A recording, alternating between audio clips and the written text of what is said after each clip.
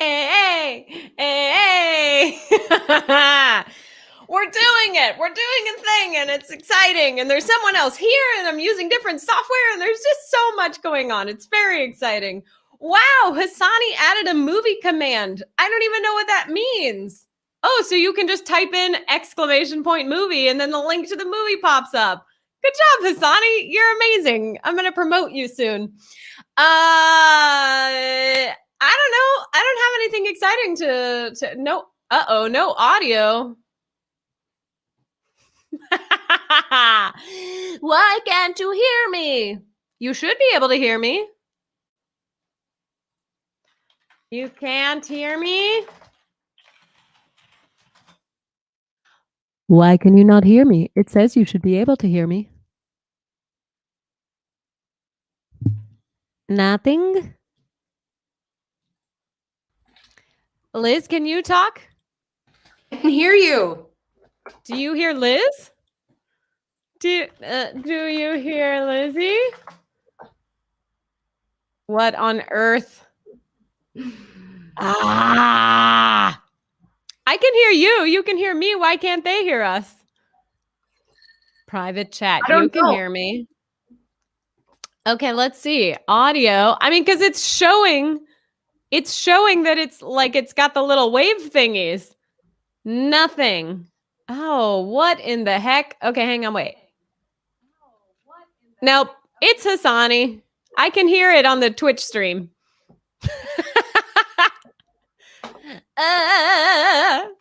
I can hear it on Twitch. It's just you. All right, we're taking Lizzie away so I can do a proper introduction. Okay, so tonight we're watching the classic 1999 rom-com. I think it's a rom-com. Just a fun, good time. And my guest this evening, she is a lovely, delightful human being who I met in a virtual filmmakers networking event on the internet. Shout out to COVID for bringing people together. What? That's weird. Anyway, this is my recently new but lovely dear friend, Lizzie Mays. Hello. I'm so happy to be here. Thank you for having me. Absolutely. We're going to just pretend like that whole first intro didn't happen. It didn't. I don't know what you're talking about. No, yeah, what didn't happen? That's amazing. How are you? I'm doing great. It's a little bit rainy outside. I'm in Oregon. I'm about to watch one of the best gay films ever. I'm doing awesome. How are you, Rebecca? Terrible. No, I'm doing great. I feel like it's been a lot of ups and downs in the last like couple of weeks or so. But like today I woke up, I have my journal and I've been doing the bullet planner. Is there anything I can't show in here? No. So I like keep track of like my hours of the day and what I'm doing each hour. So that way I can like look back and be like, no, I did do something. But you know, it's like that's helpful. Yeah. I feel like when you have like so many projects that you're trying to work on at once, and when you don't finish a project, you're like, well, what did I even do today? And it's like, no, but I did a lot. I did a bunch of revisions. I got feedback on a thing. It was great. Yeah, definitely. Most stuff that's worth doing is going to take you more than one day. So you kind of can feel like, oh, I didn't get anything done today. But no, not with your bullet point journal. Good job, Rebecca. Thank you. Thank you. I'm also doing that. Yeah, it's been helpful. I also just found out I signed up to foster a cat with Austin Pets Alive, and was like kept kind of like waiting because I know like I'm getting my second COVID vaccine. Brag. I know in like 2 weeks, and you said when you got yours that you got like it was rough. Laid out. Yeah. Fuck out. So it's like, you know, hit or miss. Like some people have nothing and other people are just trashed basically for the whole weekend. And you know, we love it. But so I was like, I'm just going to plan to go and stay with my mom that weekend. So worst case scenario, I'll be okay. But so I was like, well, I don't want to get the cat until I have the until I take care of knock that weekend out because I don't want to have to deal with like moving a cat, whatever. Yeah. But then they were like, it's fine. A healthy cat you can take with you, or a healthy cat you can leave for a couple of days. It's not bad. So I was like, okay. So then today, sort of on a whim, I found a cat that it has like a bum leg that it's waiting to get an amputation and it has to get Cute. fixed. And I was like, I think that this might be the perfect cat for me. And so I emailed and they were like, we're going to put you in touch with the current foster. She got a dog and they're not getting along. And so she has to get rid of the cat. And we live in the same apartment complex. You live in the same apartment complex? Yeah, because we were trying to figure out as this cat that is going to live with me soon. Because I was like, I don't know when. What? Like my schedule is surprisingly busy this weekend, which is not normal for me. So Yeah. I was like, I don't know when we're gonna work this out. And I was like, okay, what can you do one of these 2 windows? And also, what part of town are you in? And she was like, I'm in this part of town. And I was like, me too. And she was like, near this intersection. I was like, me too. And she said, at this apartment complex. And I was like, shut up. Oh my God. This is like when you're on Tinder and you were to match with someone who's like your next door neighbor. That's insane. And then you're like, this might be a terrible idea. And I don't think we should ever speak again. Yeah, that probably isn't the best idea. Or it's an amazing meet cute, but probably the worst idea ever. There is a Reddit dedicated to pirate kitties. I don't know if you know about it, but they only have one eye. I would submit that a one legless kitty should also be allowed to be considered a pirate kitty. I think that there's probably an alternate Reddit for 3-legged cats. Oh, I actually saw there was on Reddit. I saw a video of a dog. It was a 3-legged dog, but it was missing one front leg, and something about just the way that it would make it. It was painful for it to walk on 3. Yeah. So the dog learned to run on just its hind legs. So it's like just a video of this dog just running on. Oh my God. Yeah, it was really funny. Amazing. It's like a bipedal dog. Bipedal. Mm-hmm. That's incredible. Sure. That's just one step closer to becoming a human. It's a bipodal dog. Oh. Not sure what that means. Hey. Yeah. Oh my gosh, that's funny. Well, congratulations on your new cat. Yes, thank you. Oh, there is Husani says tripod cats is a subreddit. So that's excellent. Okay. I'll be looking that one up tonight. I just found also the subreddit, what's wrong with your dog? And it's just that's important. Dogs being weird. Like it was like they're like driving and you see the driver and then the camera moves back and then the dog is holding its head right here, except that its body is facing this way and it's literally like it's like cruising along upside down. It's like, what is happening? What is wrong with your dog? And then the dog just turns and looks to the camera like, what? Like you're the weirdo. Normal. Yeah. You, bro. You're the weirdo here. That's awesome. Amazing. Yeah, Reddit's unmatched. It's undefeated. Yeah. I tried to get the hang of Reddit when I started making YouTube videos because everybody was like, oh, if it's popular there, it'll be popular everywhere the next day. And I was like, well, I would like for people there to find my videos, but it's not, you can't self-promote. Like it's impossible to promote your own stuff there because people just like shut it down. And that's good because like, it just turns into a lot when you're like, oh, great, more people pushing their own thing.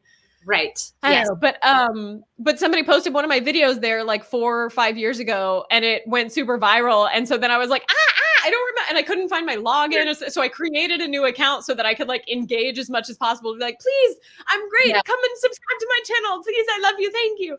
They love you. They fuck with you on Reddit. They love you there. They were like, one of the people on there like created an account, like they held an account for you. And like made you could get to it. They were like, I got you. He made a subreddit for me. Yeah.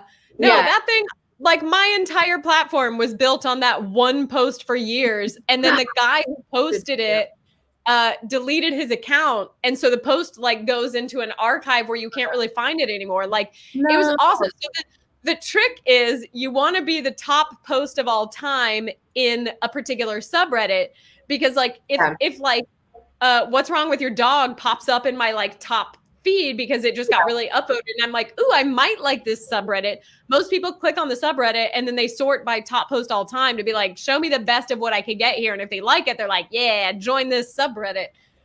So I just like I picked up new subscribers for years off of that one post, and then like I could tell when he deleted his account because it just like plateaued hard, and I was like, what? Happy. It's okay. That was my favorite YouTube video of all time. I'm gonna say it, and I'm not afraid to say that. And that's not hyperbole. Oh man, this is why I brought you on, because we just love each other. It's a true love. I went down a rabbit hole yesterday. Do you know are you an SNL fan? Do you watch Saturday Night Live much? I am. Yes, I do. I pretty much always catch it. Yes. The Vanessa Bayer had a sketch that like, I'm so sad because she didn't find this character until like the very end of her tenure on SNL. I think it would have. No, she's been done for years. But Vanessa Bayer, she's like redhead. She did like a great Miley Cyrus, and she was the Jewish boy preparing for his bar mitzvah, and like she had a character, Don Lazarus, who was a meteorologist. Yeah. And they were like, this setup was like, Michael Che was like, oh, we did a nationwide search in this contest to find the person, and this is our winner, Don Lazarus. And it cuts over to her, and she's just saying all this weird, like it's like gibberish. She's just messing. And then he's like, are you okay? And she says some crazy gibberish to the effect of just like, the cameras are on and the lights, and I'm really nervous, but it's like, and she doesn't say yes, she says hap. He's like, oh, okay, sorry, and she's like, hap. And like, I don't know. But there was a video that was like some guy talking technical jargon, and it just and it was like a whole video where I was like, I literally don't know what this man is saying. Yeah. And then I had to go and like so I watched all 3 of her appearances of that character, and I was like, this might be one of my all-time favorite things that's ever happened on Saturday Night Live. Yes, Saturday Night Live is very much hit or miss, but I have noticed the last like few weeks have been all hit, like very good. I've heard they were better in like, I don't know, like the 90s, 80s. I don't know. There was definitely like, people always think SNL was the best, not now. Like they tend to think like their college years are like where it's best. Don Lazarus is a dope name. You were correct, Asani. There was what was it? I don't know what the year would have been, but like at one point the cast was just like insane. I mean, it was like Amy Poehler, Tina Fey, Rachel Dratch, Maya Rudolph. Then you also had Bill Hader. You had Ted Lasso. Why can't I think of his actual name? Jason Sudeikis. Like it was like literally every single name in the cast is now just like massively, hugely successful. And it's like, oh, that's amazing. I do miss the Tina Fey, the Amy Poehler, Tina Fey Weekend Update duo. That was pretty good. That was good chemistry. I also really liked Amy Poehler with Seth Meyers. I thought they were a very good pair as well. Okay, yeah, I didn't go back that far. That was after Tina Fey. So when Tina Fey left, she was replaced on the desk by Seth Meyers. Got it. Okay. I sound like I'm like obsessed with Saturday Night Live. I'm like, I don't know the full history of it. I just like the little pieces. I love Saturday. I don't even particularly like sketch comedy, if I'm being honest, but I love that it creates a platform for them to try new stuff and try to make the most of their time there, to find ways to say like, okay, here's what I took and here were my successes and here's what I learned. And now I'm going to go apply it to my own projects that are like a little more, I don't know if relatable is the word, but it's like, you know, people don't seek out sketch comedy the way they seek out a television series or a movie. It's just like a little more like more substance to it, I guess. Yeah, and the thing, I wish that Kate McKinnon would really, I don't know, maybe I've just missed all the things she's been in, but nothing stands out to me that's like, here's what she did to like very, Lizzie, you're, wait, what? My SNL tattoo. All right, fine. We're gonna no. Stan. Yeah, Right but here I on my want Kate McKinnon to like very much take over the world. She's the funniest person on SNL, in my opinion, and the fact that she's a lesbian, just like, I stan. Yeah. I stand. Oh, of course. Okay, did you ever watch Big Gay Sketch Show? No, but I know that that was how she got started. Yeah, you should look it up. She and Julie Goldman. I don't know if you know who Julie Goldman is. She hosts Dumb Gay Politics is her podcast now, and she's done a bunch of stuff. But she was on that show, I think, the entire time, and like. Anytime that a sketch would start and I would see that it was Kate McKinnon and Julie Goldman, I was just like, I'm gonna love this. It doesn't matter how grounded and natural it is or how just ridiculous and apeshit it is. I'm gonna have a fantastic time here. Yes. Yeah, it was. That's how I feel about every Kate McKinnon sketch. Yeah. She can't miss. She's a beast. I'm excited to see what she does after SNL because, like, did you see Bombshell? Yes, and I do remember she was in that, but she didn't have a major role. She was just the hot gay coworker. She was the like semi-romantic interest / friend, like kind of, you know, the friends with benefit to the But she was so good, like it was just so nice to see her. I mean, I love the just like the off the wall insane shit that she can bring to SNL, but it was so great to be able to see her like play something more grounded. It's like seeing Molly Shannon in like legit dramatic acting roles where I'm just like, yes, like, yes, also kick and tell me about how you're 50, but then I want to see you like in this like heartbreaking scene where you're like crying, but also I'm laughing because that's just how freaking talented you are. Yeah. Yes. Also, just totally random, but I think Molly Shannon was one of my first crushes. When I saw her in what was that movie where she was like playing this high school quirky girl and she was like making out with trees and shit, I was like, I want to be the tree. What? Let me be the tree. Molly Shannon. You know what I'm talking about?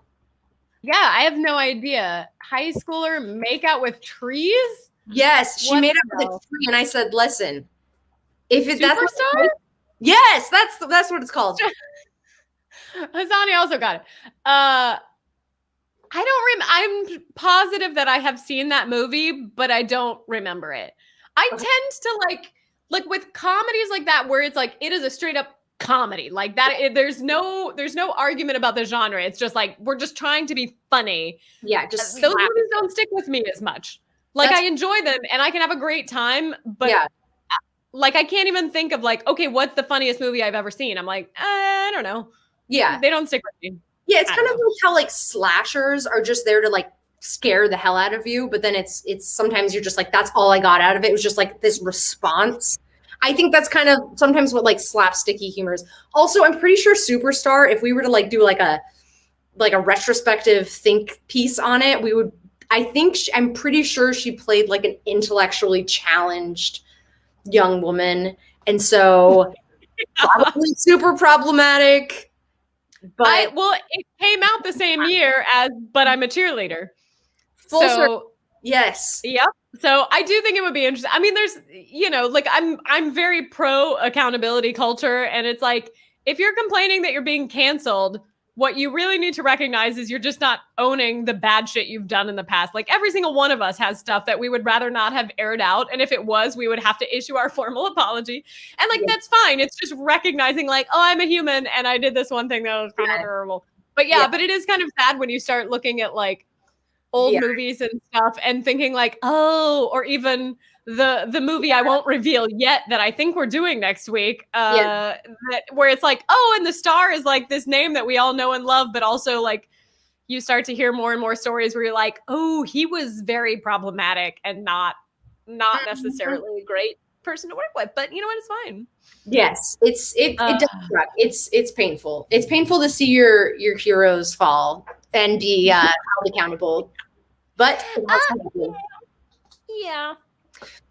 Cool. Well, let's dive into this movie.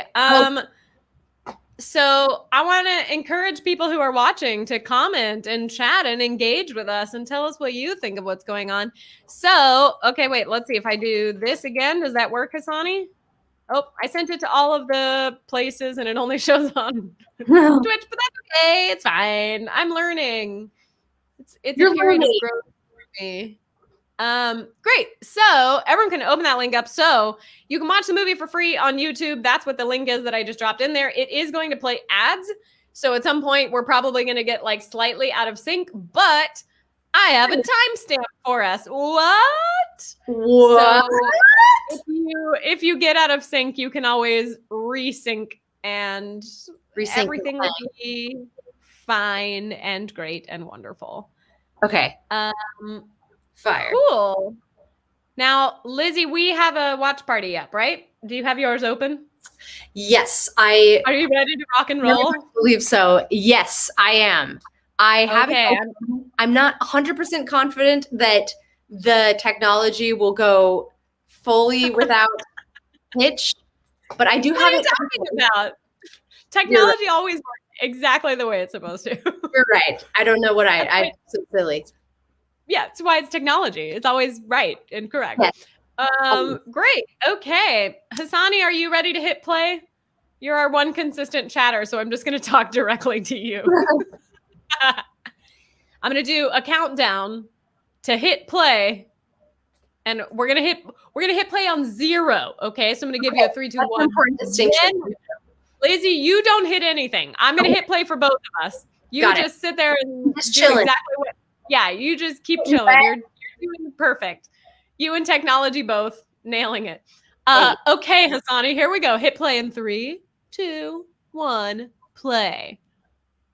Let's see. It's working. The timestamp is working, and the movie is playing. Is yours working, Lizzie?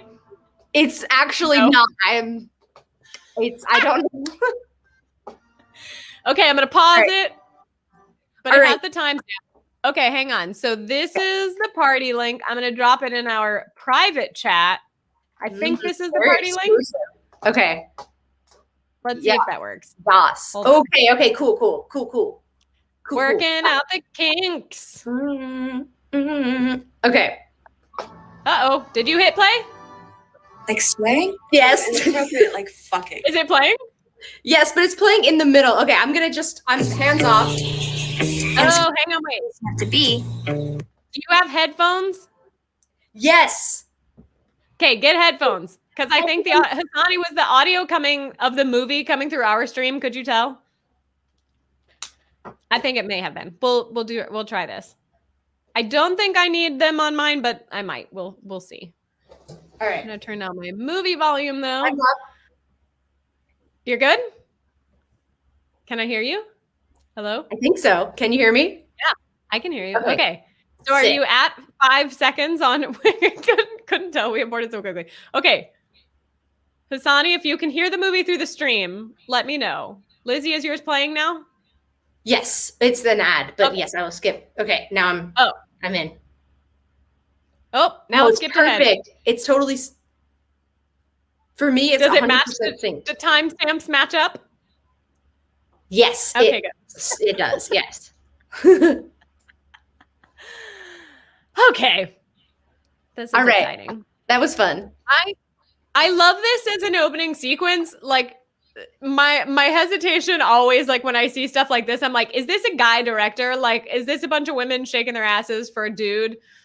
And it's not. It's a woman It's director. not. So But it is a It is- gay woman director, so yeah, I know. Which is also Maybe why- she was 'cause into it- that. you know, there's the trick because women can also be misogynist, sort of, or they can be True. inappropriate. Like just because I'm a woman doesn't mean I get to like make dirty passes at other women and it's fine because I'm a woman. It's like, no, that's also, ignoring boundaries. that's also yes. But we can rest assured that this was a gay female filmmaker director. Yes. And it was the story was by Jamie Babbitt, who directed it, but it was actually written by a man whose name I assume is in the description. I already forgot his name. Writer Brian Wayne Peterson. Yes. So we would have loved a lesbian writer, but at least Well, and there was I'll just say this. Let me just put this in there. He was under her direction. She conceived of the log line and kind of sold the show and that the movie, and then Yeah. recruited him because he actually had experience with gay conversion therapy, really, huh? according to my Well, then yeah, extensive research. it must have been like a sort of combination of like his gay conversion therapy. Well, because it's also like about not just like there's boys and men and guys in there too. Mhm.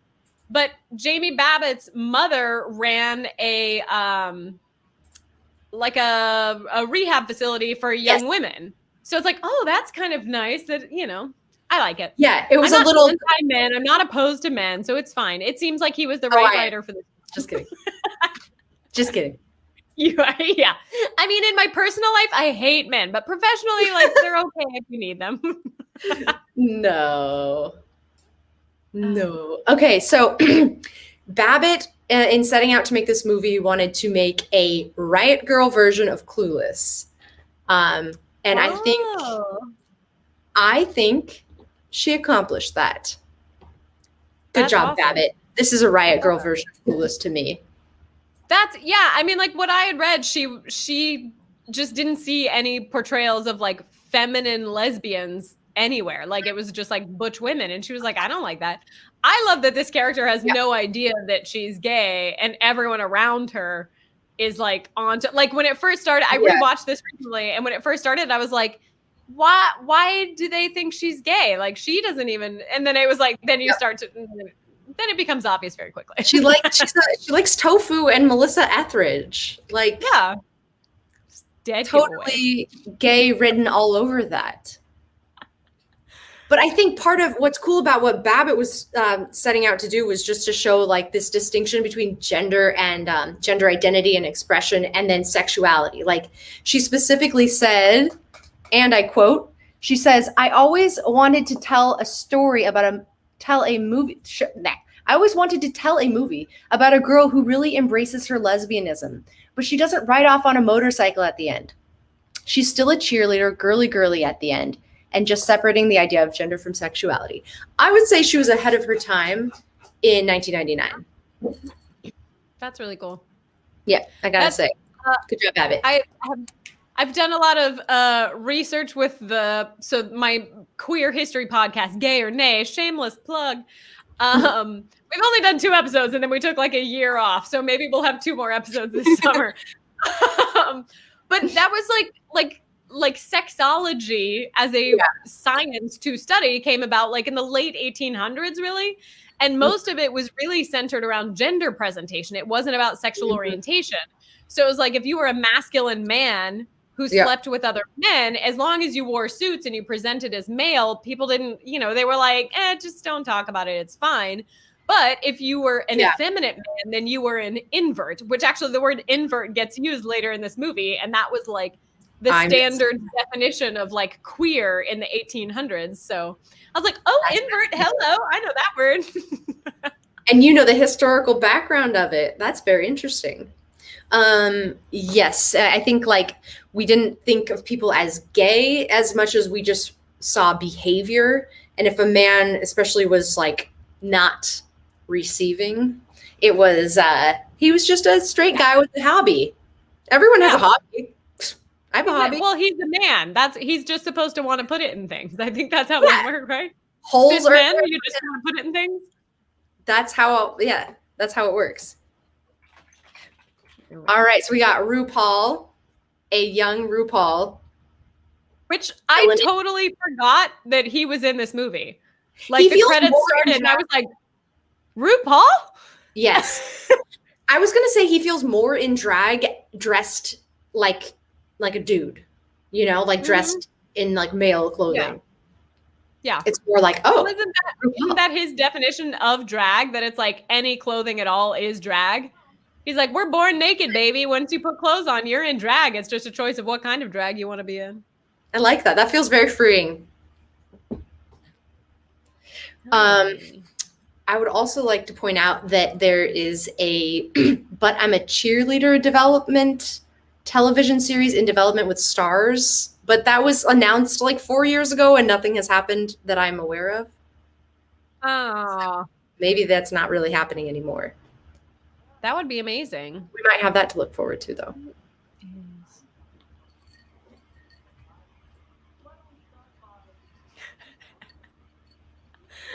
I love the idea of a gay intervention. But I'm not like It happens. I'm an adamant believer in not outing people before they're ready. Like 1,000% that's the wrong thing to do. But also that is kind of like it would make for a funny movie or a funny sketch to be like, you're gay. And it's like, no, I'm not. Okay, well, you're gonna make out with all of us and then tell us you're not gay. And that's like, oh, okay. Outing you to yourself. Yeah. Yes.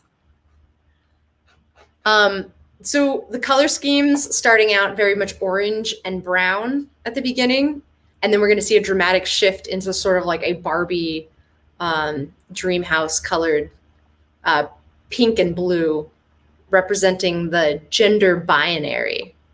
A little tidbit. Nice.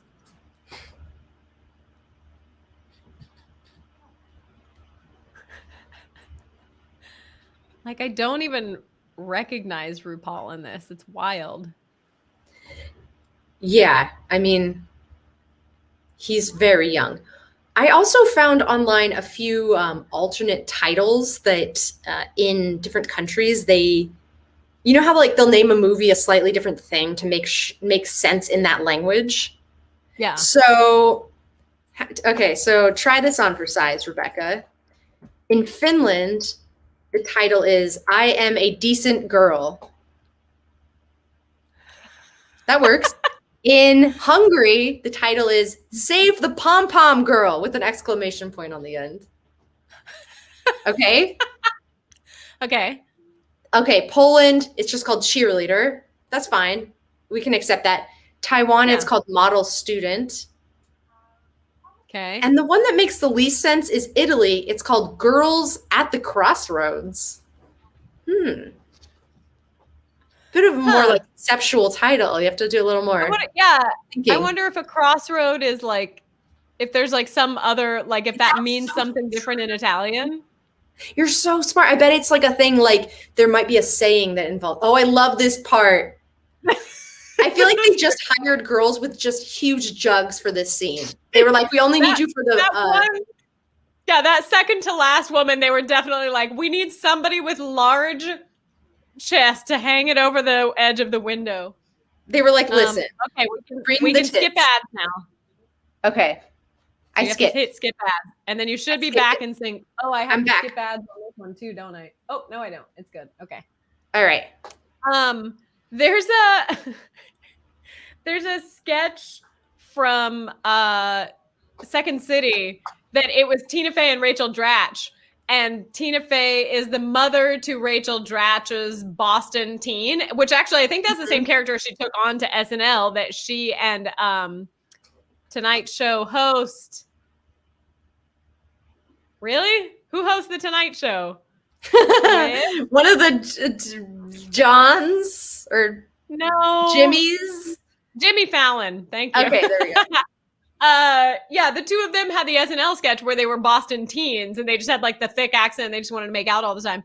But the sketch that they had originally done in Chicago at Second City, Tina Fey plays her mother and it's just a mother-daughter sketch and they're like out shopping and this and that. And my first class ever at Second City, I got to read the part of Tina Fey. Like she was like, great, we're going to read through this in front of the class and then we're going to talk about it and talk about what makes it work and talk about whatever, you know. And I was like, amazing, this is great. And so I was like, I want to read Tina Fey's part, of course. She's the whole reason I'm here. But then there was a line where she talks about like, she's like giving her daughter crap about, you know, making out with boys all the time and getting in trouble. And she's like, and I go drive by the whatever and there's my daughter putting them on the glass. And I like said it with such conviction and I had no idea what I said. And then everybody laughed and I was like, what does that mean? And I was like, oh, putting them on the glass. Okay. Hot. I think I know. So hot. Oh, it was really funny. That's amazing. You were so like dirty, but you were just so innocent about it. I was like, I don't know what it means, so I'm just going to say it harder. That'll work. All right, so we have entered into the new color scheme. Babbitt Yes. herself described this as Barbie Dreamhouse meets Edward Scissorhands, which I thought was a pretty good description of. Huh. Mhm.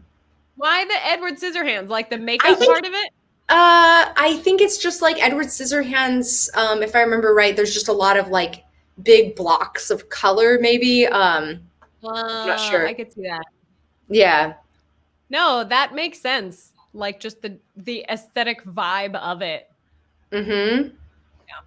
Yes. Yes, very much so.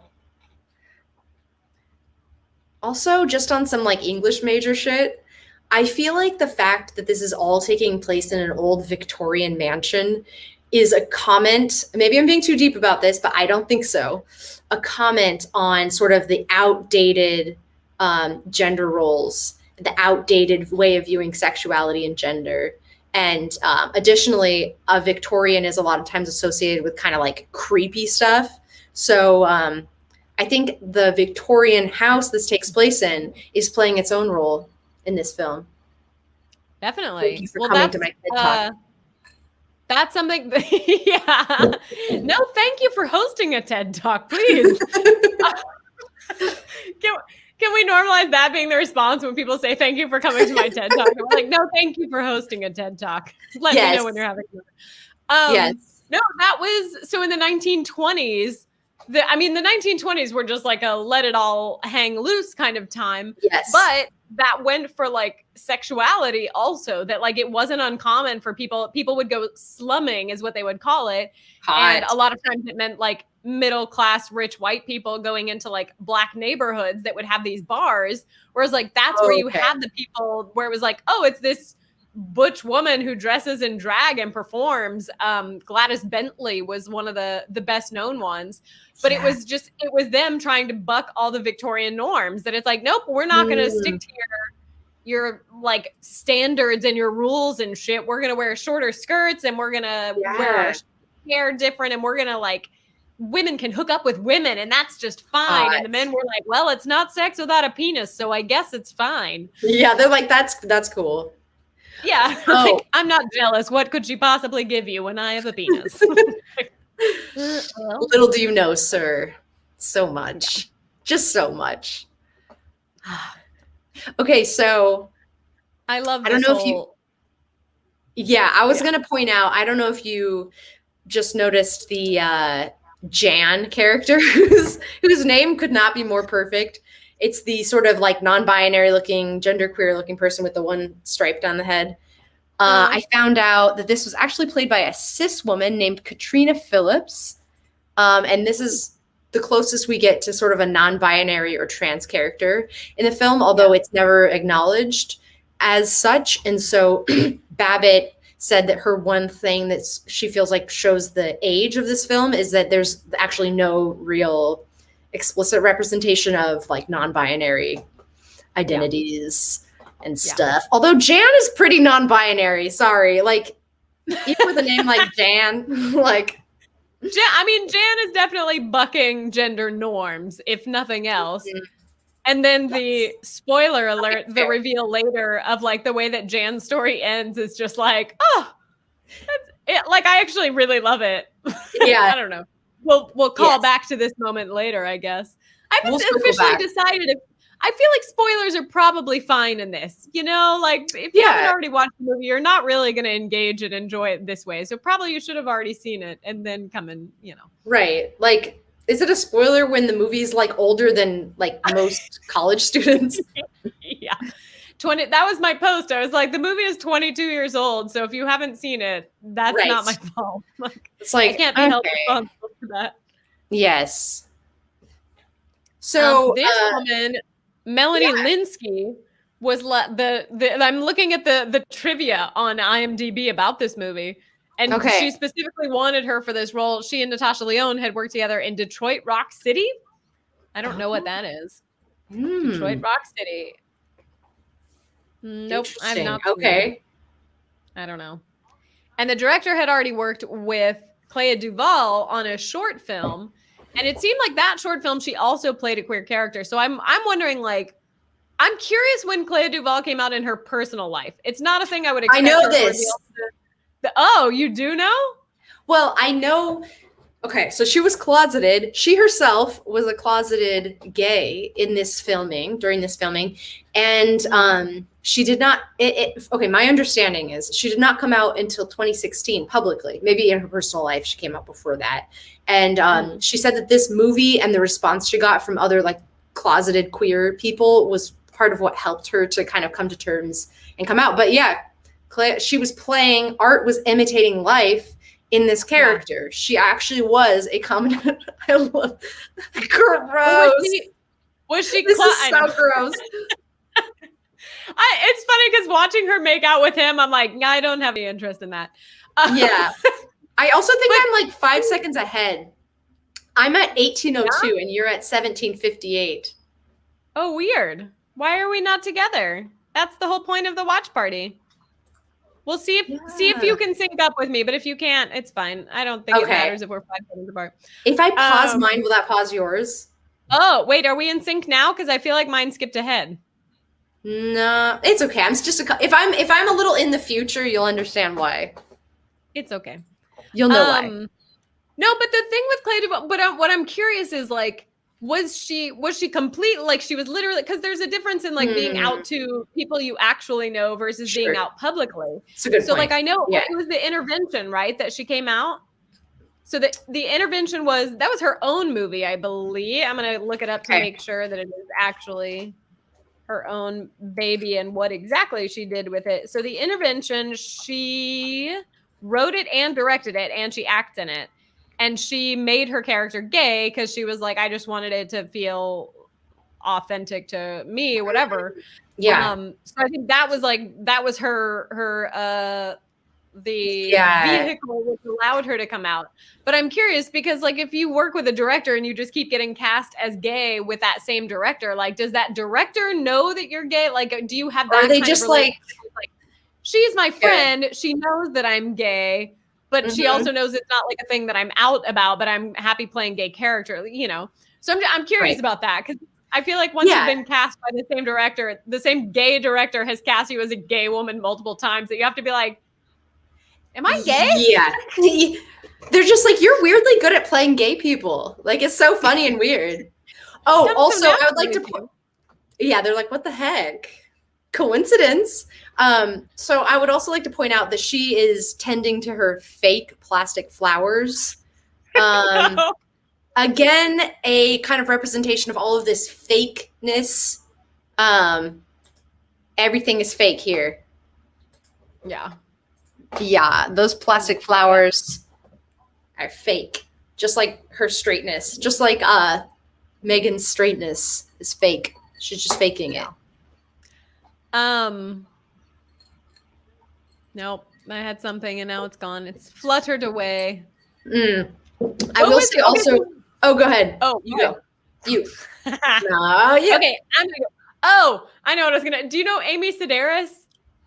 She is a comedic actor. David Sedaris' sister. She does a lot of like cooking. She's a cookbook called "I Like You," and it's like how to host a brilliant party and things like that.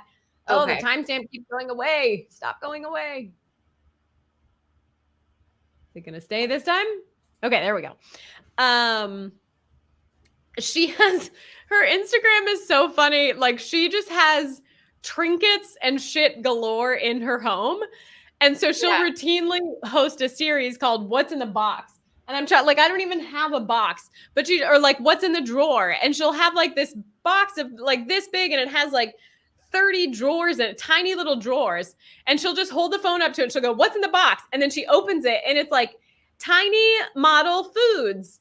And it's just like little plastic fake food. But she has like, here's how I clean my blank. And like one of them is like, here's how I clean my plastic garden. And it's just all these little plastic plants. And she just takes one of those like air guns and is just like, oh my goodness. It's delightful. It's bizarre. It's so sad. Yeah, it makes me understand like unboxing videos. Like one of the most successful YouTube channels of all time is a woman who just like opens eggs that are filled with things, like little Easter eggs with things inside of them, and people just want to see what's in the egg.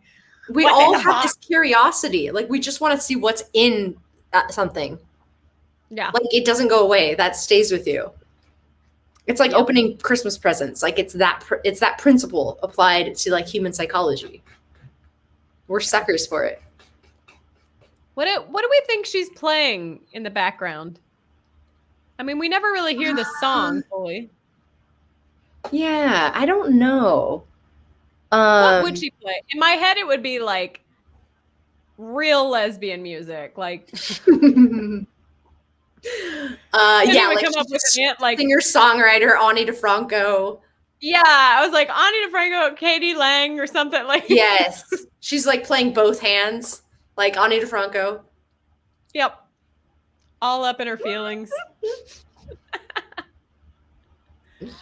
Oh my gosh. Have we gotten to the part yet where we find out that Mary, who is the person who runs this camp, that her husband left her for a man? That's her I don't know that I backstory. even how does that get revealed? Because that feels like it's news to me, and I've seen this movie many times. Yeah, it was somehow I saw it somewhere where they said this is like the backstory that at some point is kind of like referred to. And so now she's just all about being a dude and like you gotta like she's trying to save the other women of the world from like gay husbands. Yeah. When the best way to save them from gay husbands would be to let the gay to let husbands them marry men. Yes. That's actually the best way to do it. Oh, Yeah, it works out great for everyone. yes. Actually, my okay, go ahead. My AirPod fell out, and in doing so, it paused the movie for like 1 second, perfect. couple seconds, and then now we're synced. So it was like the Perfect. Lord provided, Nice. you know. I love that. The flying axe. And the glory hole that we see them holding hands through. Glory hole. Can I just say something? I used to do that in at my religious college. I had I'm sorry. You used to do that? You used to have glory holes that you used? No.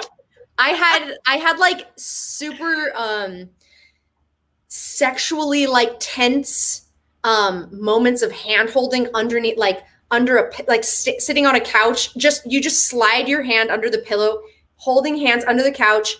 Never talk about it. You don't speak a word of it. That was part of that was my main action in college. Oh, that's amazing. Yeah, it was pretty cute and pretty sad. I experienced many years worth of like intense cuddling that I was just like, I can't wait until I have this kind of thing with a guy that I can actually be with. It's like, it's just yes, we've all been there. Okay, what's your first memory of being like, I might be gay? Well, Like the first time you saw queer representation that felt familiar. Because I was gonna say just just the feeling of being like attracted to a girl. I remember in preschool, I was like the only girl who could climb up this pole on the playground. So I would climb up it. And what you could do, if you could get to the top of the pole, you could pick a leaf off the tree. And for some reason, no other girls were doing this. Like it was just me. I was pretty, I was I was cutting edge at my preschool. So I would get up there and I would get a leaf and I would bring it to this one girl. And I remember, I can now recognize that was I totally had a crush on her. And I wanted to like climb a pole for her. Hey, I wanted to climb a pole for her and give her a leaf. So that was would climb a pole for you. I wonder where she is now. I wonder if we saw each other, if we would like fall in love. Is she gay? That's what I would want to know. I'd be like, did you have gaydar at that time that you were like, I'm into you and like something is syncing up here? God, I'll never know. I will never know. Do you remember her name? Can you look her up? I don't know. No. I truly, maybe if I went into like the records of my old preschool and like I could narrow it down, that'd be a good premise for a reality TV show. No, it wouldn't. There's no stakes. I would just find her and be like, Well, it could be like a meet cute, and then the stakes get introduced. Like it could be the way that the story starts, and Okay. then maybe the what am I stakes are talking just about? that I'm like somebody's- very much in a relationship. I should not pursue this. well, no, you shouldn't do it, but you can write it. That Okay. I was talking about that it would be an interesting story to write. Okay. You're right. Okay, that's I feel okay about that morally. Yeah. Yeah, I feel morally okay. In retrospect, I know for sure that I definitely had a major crush on my kindergarten and first grade teacher. Oh, And then who in retrospect also I think probably was gay. Like, cause this was like the early 90s and she had like very short hair. And I remember she always wore like khaki pants and like loafers. And I'm like, yeah, and I've tried that to look her up, but I haven't found any like publicly accessible, like personal information about her. So I can't tell. it's fascinating. Yeah, I think okay, but what about the first time that you were aware of it? Like as a sort of like identity. Yes. You know, that it was like, oh, that's it. That's like mine was like seeing Ellen come out on the Ellen show and being like, oh, wait, what? I think I was feeling it. Like I kind of understood that it was something that I was trying to push down. I would say as a family, we all saw this gay performer and we didn't know she was gay. Like we weren't like, we're going to see this gay, like artist, but we all did. And my grandparents came and stuff. And I remember I could vibe it. Like I was like, I knew she was a lesbian from the second she stood on stage. I was like, probably, I don't know, early teens kind of thing. And at the end, she sings this song and she's singing to this person in the song. She's singing to this person named Violette. And it was this like incredibly sad, beautiful song. And the whole audience then realizes, okay, she's singing to a woman. This woman's gay. So after the show, my grandma's like complaining about gay people. Like, I don't know why they want to live like that. And I remember just like defending her. I was like, Grandma, I think I said, she can't help it. Like, that's just part of who she is. And my grandma was like, oh, okay, I understand. So I think maybe that was the first time I like aligned myself. Is Melly on here? Oh God. Yes, Melly is in the house.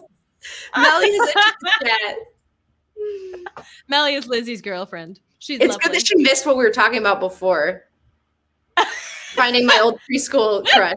No, she didn't miss anything. Nothing crazy happened. Okay, wait, I got another ad. Skip ad. Yes, me too. And then keep the timestamp. All right. Wait for it. I mean, you don't have to wait for it. I'm just talking to myself. Okay, are we in sync still? Yes, I think so. Okay, cool. I think in this scene, they mentioned something about this dude going down on another dude after his bar mitzvah. Does that sound familiar? In what? Oh, in this scene. Yes. In this scene, I think, right? Yeah. So, okay. So interestingly, I forget what it's called, the ratings committee or whatever, whoever creates ratings for movies, right? They gave this movie a rating of NC-17, which, if you don't know, means, I didn't know this, you cannot go to the movie unless you are over 17. You can't, it's not like R-rated, which is you can't go without an adult. It means you're not coming in. If you're under 17, stay out. Okay? So essentially they called this movie, like, they were giving it the harshest rating. And in order to get it down to an R, they had to remove the mention. There was a mention of the two girls going down on each other. But interestingly enough, they said nothing about and made them change nothing about this scene in which this kid is talking about going down on some dude after a bar mitzvah. So revealing like sort of the disparity there, between the two, the way that they're like, that's so obscene, two women going down on each other. Yeah. Maybe because the word cunnilingus is so much grosser sounding than fellatio, but fellatio sounds like an instrument, like you're playing like a piccolo. It sounds like a way to prepare a dish, like an Italian style of cooking. Yes. No, to me it sounds like an instrument. fellatio, and then it'll tenderize and be delicious. Like, but cunnilingus sounds kind of like something you would pick up from like a bathroom stall. yeah, it sounds like a fungus.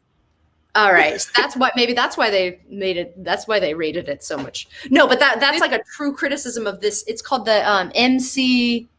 I forget what it's a body that creates ratings. And they have been criticized, whatever they're called, the MC, the Motion Picture Alliance, Motion Picture something.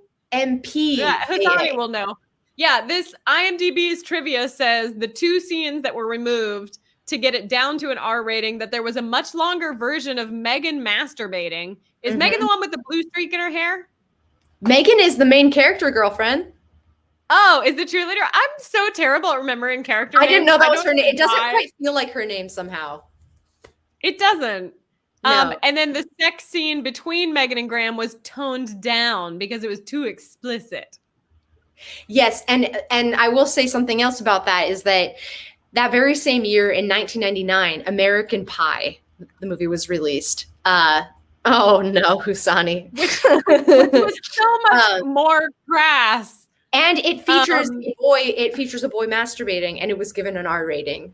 So I think it's been kind of established. Like they will tend to give a harsher rating when it comes to gay content versus straight, and then women's sexuality versus men's sexuality. Yep. That's because it's run by a lot of old white men. Old whites. Old white men. They're at it again. So much. They're at it again. So I saw this character. Okay, now I can't remember this woman's character, the actually gay. What is her name? Brown hair. Or her character. Yeah, what's her name in the movie? Graham. Graham. Okay, so Graham, I saw her described as a proto Shane, which kind of checked out. Stringy hair, smoking a cig, bad girl persona. Feels accurate. Yeah.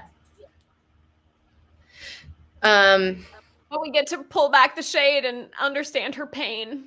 Oh my God, she's a dyke and she's a human? How can you be both? Multi-dimensional? I know. It's so wild. This movie was actually skewered by critics when it premiered. And EW, Entertainment Weekly, gave it an F, which is something that the director, Jamie Babbitt, had actually never seen before. And so she said, I knew I struck a chord because the reviewers were so mean-spirited. They were so angry that I knew I had done something really audacious. And then she said, meanwhile, younger queer people in my audience loved it. And so she took that as kind of like, she took the hate and she let it motivate her. And now, 20 years later, this is seen as, it's always in a top something list of like queer movies. Autostraddle rated it the top gay movie of all time. Nice. But at the time, it was very much panned by critics. And I think probably a lot of that comes from like, it is relatively campy. I think campy is an accurate word to describe a lot of this. But like that is the whole, like, that's what we want. That's sort of synonymous with like the if you picture a stereotypical like cis gay man, that it's like, oh, they're campy. They love camp. They love that, so it's like, that's going to be part of this story. I don't know. Also, can we just contrast that kiss with the kiss with her boyfriend? That kiss was so much better. Like, that was a hot kiss. The other thing is like, I'm wondering what I'm going to eat for dinner. Yeah. Yeah. Ooh. Oh, there's the Megan masturbating scene that I assume is the one that got cut down. There's something about her facial expressions that are like just golden. She's like 20 years old, 19 or 20 in this movie. She's so young. Of course, she goes on to play who in Orange is the New Black? Nikki. Nikki.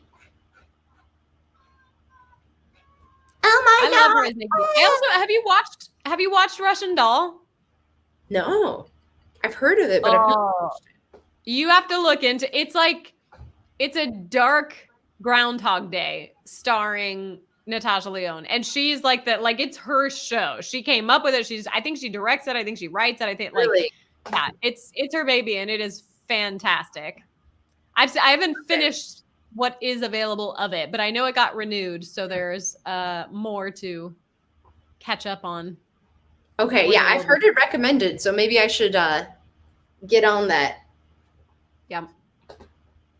No, I like her. I was like reading her background and she doesn't come from like parents who are actors, but she started getting into acting and stuff when she was like a tiny child, which like Okay.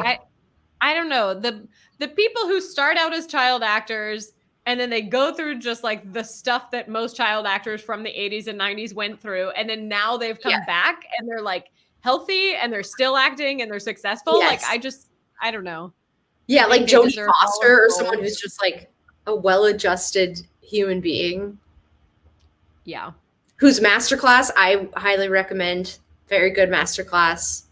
Whose class Now was it? available. Jodie Foster. Jodie. Oh, okay. Okay. Yeah. Nope. That's on my list of master classes to look up. It's very good. I saw I would that Helen Mirren has an acting master class. Yes. Oh. All your faves are probably on there, so I would recommend checking it out. Is that the guy from Hook?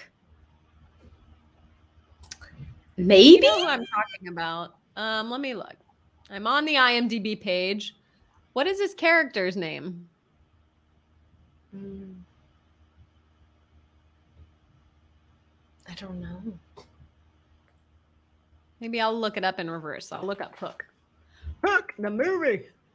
That was in 1991, so probably not. I feel like he would have been too old for that by then. I like this. Their next step is demystifying the opposite sex. That's why they were gay, because they were just confused. It's all a That mystery. picture in the wilderness reminds me of Schitt's Creek. Wait, he is Hassani what? What is his name? Hassani is saying he is, but I don't know. I can't find the guy. I don't know his name. This is in bringing back Hook. so many. This is what. Just picture this, but under a pillow, and that was what was happening to me during my college experience. Also, it was all Rufio 100% sober. I was sober. I was stone cold sober, just raw dogging reality during college. Say, I did not get drunk for the first time till after my 21st birthday. Cool. I respect that. Cool. Yeah, that's Punk the rock. That's definition kind of of cool. It's kind of like so like it's just cool because it's so not what you would expect, you know? Yeah. Yeah, I think that there's something to be said for like when you grow up gay and terrified of being gay and homophobic and then you just try to overcompensate by being perfect at everything. Yes. The model There might have been a minority. little bit of that going on in my life. I don't know. Yeah. Okay, so he is in Hook. He was Rufio in Hook. Okay. And his name is Dolph in this. Yes. Which actually reminds me that a little tidbit. Those characters were always meant to be people of color. So Babbitt specifically knew that she didn't specify a race, but that they would not be white. Nice. But interestingly enough, Rosario Dawson was considered for the role of Megan, but Babbitt's executive producer persuaded her that Dawson, who is not white, would not be right for an all-American character, and so they ended up going with this like blonde Barbie looking girl. That's interesting. So I mean, that makes, you know, it makes sense that an executive would say that in 1999, because I feel like even today you'd be hard pressed to get somebody not white Mhm. cast as like sweetheart, all American cheerleader. They would still be like, Yeah. all right, where is a white, blonde haired, blue eyed lady? yeah, That's who we're casting. yeah, yeah. They'd be like, fill your other little roles with whatever, but so yeah, Babbitt was definitely focused on like trying to diversify things like from the ground up in terms of even like her That's awesome. crew and stuff. But this detail about passing Rosario Dawson over is interesting. You know, that's Yeah. Well, Hmm. this movie, I don't even really have to think about it. I feel very confident this movie passes the Bechdel test. And then if we have like, I don't know what you call like a Bechdel test for diversity, as far as like it exists, but yeah, and I don't know what they're called, but it's so this is fascinating. There's lately, especially Netflix is doing this, where like I will open up Netflix and I'll say, just suggest movies to me, and as I browse, it'll have like a picture of a woman as the thumbnail of the movie, and I'm like, oh, what is that? I click on it to learn more. The first female is like 7th in the list of cast, but they put the woman in the thumbnail to make you feel like there's a stronger presence of women in it. And it's like, that. Why did you put this random? Oh, because she was recently nominated for an Oscar. So you put her thumbnail on it. It's like, she's not even, she's barely a supporting role. But I think it's interesting. Like, I have friends who like, they will, if a movie is coming out and it sounds good, they'll open up the IMDb and they're like, if the first 5 roles are either all white people or all men, I'm not going to see it. Like, they're like, there's just not, you know, and then when you have like the one diversity character that tries to tick all the boxes where it's like, oh, and there's one queer character who is also black and this and that, and then all the rest of them are white. And it's like, no, that's not fair. And then when they're part, I think the other component of that test would also be, does their plot revolve around their whatever thing is different about them, trauma or something? Yeah, that it's like, oh, well, it's a black character, so we need to make sure that their story is all about them being black. Where it's like, no, you don't. You can also just like write the story and then be like, and now who do we cast? This person, you know. Yeah. So I feel like this movie does a pretty good job with like, it has a fairly diverse cast. It's, you know, you've still got mostly white leads, so there's room for improvement. But the fact that she wrote it in, especially, is like, okay, good. She fought for that, and she did. Considering it's 1999, I say, you know, good job. Good job, Babbitt. At first, I thought you were going to say that, and this would have been really cool. I thought you were going to say that Netflix will like display a Bechdel test rating on the like as you browse through. That would actually be dope, because then they couldn't get away with any like, you know, little like tricksy stuff. It's just, what's the rating, girl? Oh, you know what? That would be interesting to I'll give this idea away for free to any web designers, to make a website where you can filter movies by certain constraints. So like, only show me movies that pass the Bechdel test, that have in the top 6 people cast, there need to be at least 2 women and at least some like not white people, like, you know. I think that would be really interesting. That would be dope. I would go there. Yeah, I would consult that website. I would consult that website for sure. Oh my God. And this, what is her name? This is the woman from After Sunset, that trilogy. Marion Cotillard. Is that it? Am I saying the right name? I'm going to say yes, but I don't know. Wait. Oh, look, she's going to get jealous. Getting a little jealous. Okay. Here we go. Am I saying that? No, Julie Delpy. Wrong person. Julie Delpy. I love that trilogy. It's Before Sunrise. Oh God, what are they? Here, wait. Let me just cheat and open up the list of the 3 movies. This is way too complicated. It should just show me the 3. Before Sunrise, Before Sunset, and then Before Midnight. It's it's like a highly improvised film, Richard Linklater, and it's her and Ethan Hawke. And like they meet on a whim on a train across Europe and they fall in love and they have this one beautiful night together. And then like 10 years later, they run into each other again and they're still just totally in love with each other. And then it shows them another 10 years later. So it's like 3 movies that were made 9 years apart each. And they are so good and so lovely. And she is amazing. That sounds like the plot to my reunion with my preschool crush. Yeah. It's perfect. But that blonde woman at the bar that she dances with is from that. Is in there. trilogy. Okay. She's the look at this leading lady in mother's that pearl. series of movies. Man, her look is just immaculate. Like the short hair and like the open thing. Like she is truly a proto Shane. Before there was Shane, there was Graham. The like straightened hair that's like borderline greasy.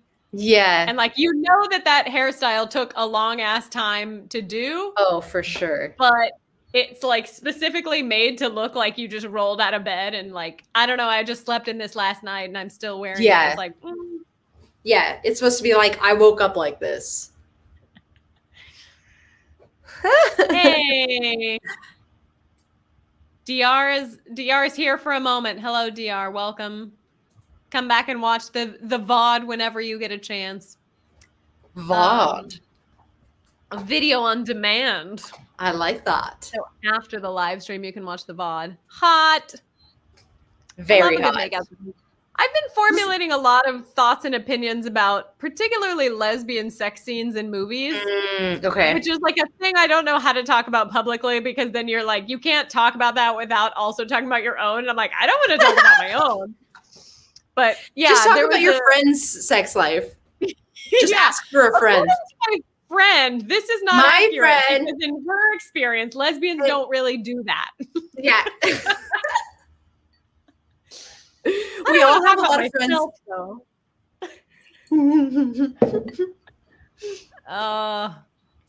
Oh shoot! I just accidentally clicked the. Hold on. Uh-oh. I don't know. Okay, we're back. I Okay, literally like my my finger was just on my mouse, and I felt like I twitched, and it just happened. Oh no! Why did one start over? My desktop started over.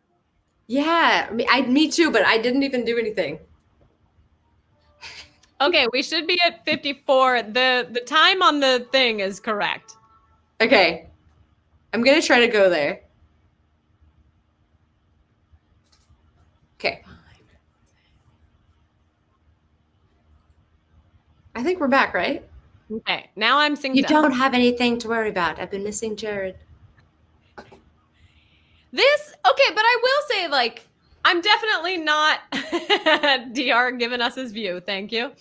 I'm definitely not as femme as this character, but like, Okay.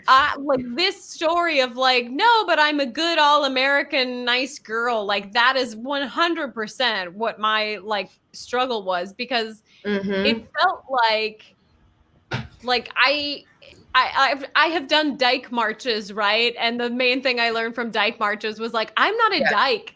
Like dykes are like more militant. They're the ones who are like, burn your bra, and they're protesting. And it's like, and it's thanks to women like that we have a lot of the rights that we have. We needed those people, but that was like the only portrayal that I saw of queer people. And so that's why it was such a big deal to me when Ellen came out, because her character, especially on her sitcom, was just this like nice, quirky, funny girl next door that everybody just freaking loved. And I was like, I relate to her. I feel a connection to her. And then when she came out, it was like, oh, wait, you can be both? Like, you can be gay and also just be like nice girl next door? That's a thing? Like, I don't. Yeah. Representation matters. Oh my God, so much. It gave you a template for like what you could be. I love these two characters, by the way. They're ex gays. Yeah, the double negative there could be confusing, but we're just saying that. Yes.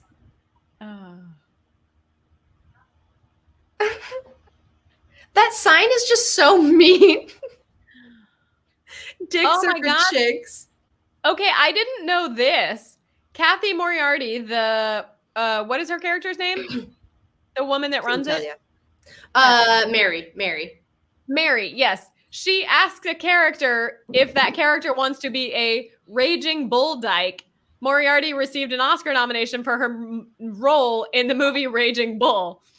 So- I saw that piece of trivia online. What are the chances of that? They're like, I think that may have been slightly modified to be a little shout out for her. Art imitating life, yet again. Mm-hmm. I like these giant fork and knife and spoon on the back wall. What is that even supposed to be? Why? This is just they're getting to the point because their final task is a simulated sex act with the opposite sex. So I feel like this is their like lead up to that.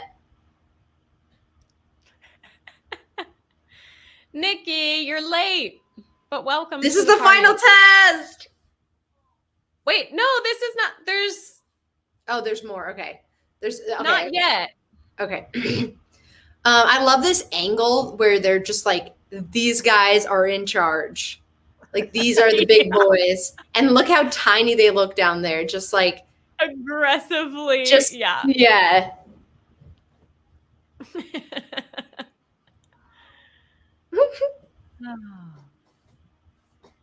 Yeah, it's the second to last test because Megan doesn't make it to the last test. Spoiler.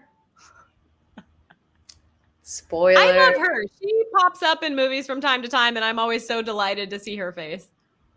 I like her too. I did read that a lot of gay men were kind of like offended at the time of this movie's release, and it had to do partially with just the fact that like we had just gone through this type of trauma with AIDS, and they felt like the first of all like making a lighthearted movie about a gay reparative therapy camp was like in poor taste in their opinion. And then additionally, they hated the portrayal of gay men in this film. And I guess I can kind of see that. I mean, the gay men are a little bit more I don't want to say one-dimensional exactly, but a little bit more of like tropes. Yeah. They're all very campy. They're all they're all very similar, which like makes sense to an extent for this like conversion camp therapy that it's like, okay, well, it's gonna be the gay men who like are definitely gay that are being sent. So, but I can definitely see that. I think that would have been nice to have a little more range there, but you know, we love it. Well, it was the 90s. I mean, it was the 90s. What are we doing here? At least we had a gay movie.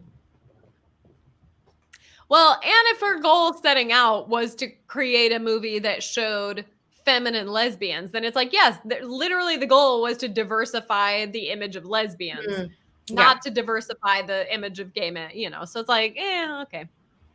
But I'm a big fan. Like, I don't think any subject is particularly off limits. Like, even if it's like you've just been through hell and you feel like, please just be nice to me. You are a big advocate of this, Rebecca. That's true. Yeah. Well, because I think there's so much power and strength in comedy, and like to be able to connect with people through comedy, like satire is the only reason I think I survived Donald Trump's presidency. Like to be able to like, I mean, there was a week where I don't even know what it was anymore because it was like cleansed from my system. But Lindsey Graham said some shit and it affected me so much that I just like, I felt like I was debilitated for like days because it just kept coming back. And it was something aggressively anti-gay.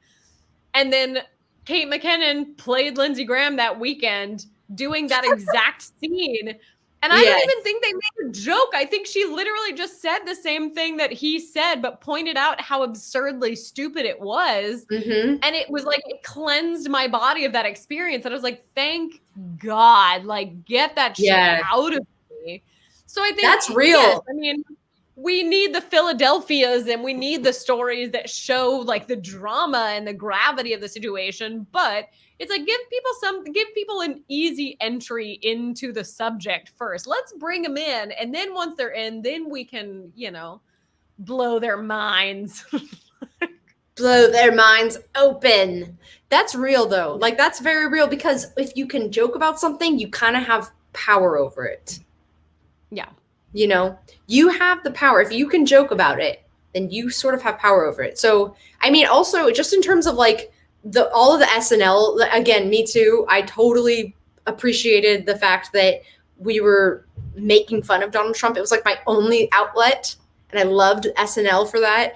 And in a healthy democracy, we can robustly make fun of our leaders. So I think that also made me feel comforted. Like we're not an authoritarian state. We're dragging Donald Trump every Saturday. Yeah.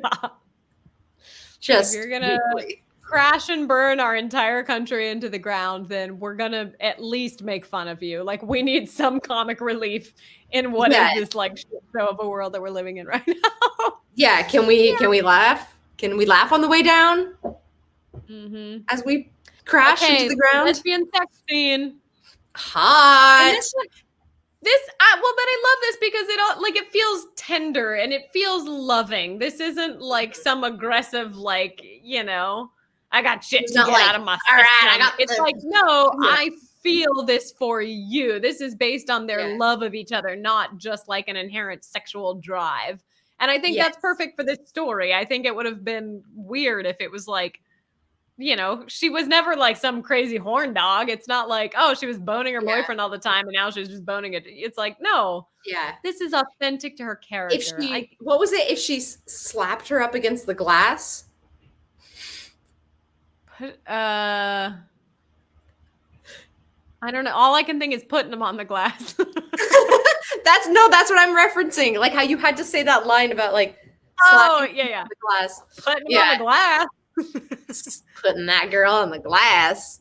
This scene, I think this is my final little like tidbit of like kind of trivia. This scene, they had to send a lightened, an edited to be lighter clip of this scene to the ratings agency or whatever, in order for them to examine to make sure that nothing too fucking crazy was going on in there. That there wasn't like a nipple hidden in the dark or something. Yeah, that they weren't just something that no one had like handcuffs on under the. Yeah, there's not even nudity in this sex scene. Like we don't see any like body parts. They literally had sex without taking their clothes off. Yeah, and yet this is still like, to me, it's actually kind of crazy that this movie is even rated R. Well, like, the kind of R-rated movies out there now where it's like, can you be fully a nipple in the dark? A nipple in the dark, my new romance. That would be like would be a title that you would see in like the grocery store, like those paperback like grocery store. But it would be like about an Amish nipple in the dark. Have you seen that? Like there's like a whole Amish section of the romance novels. Oh, interesting. Okay, you don't know this? Nikki's gonna do publicity for that. We can write it. Cool. Yumi and Hassani are gonna write it together. A nipple in the dark. It's an Amish romance.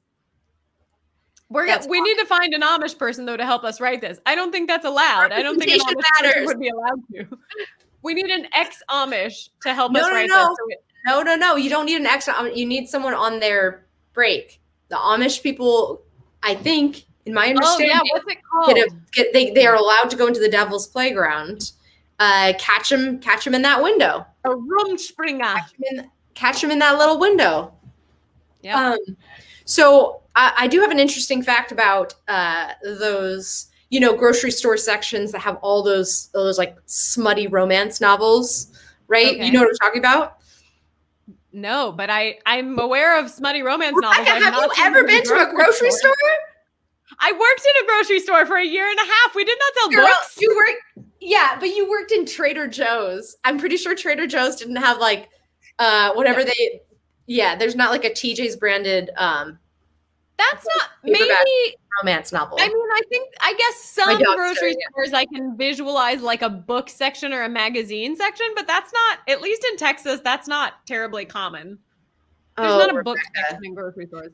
Okay, I'm- but so your smutty novels section. See, yes. Well, Okay. Hassani knows Yes. what you're talking about. So here's so get this, all right? So most grocery stores, dare I say almost every one of them, besides Trader Joe's maybe, have a section in which there are just all of these, kind of like really smutty, like female audience focused romance novels.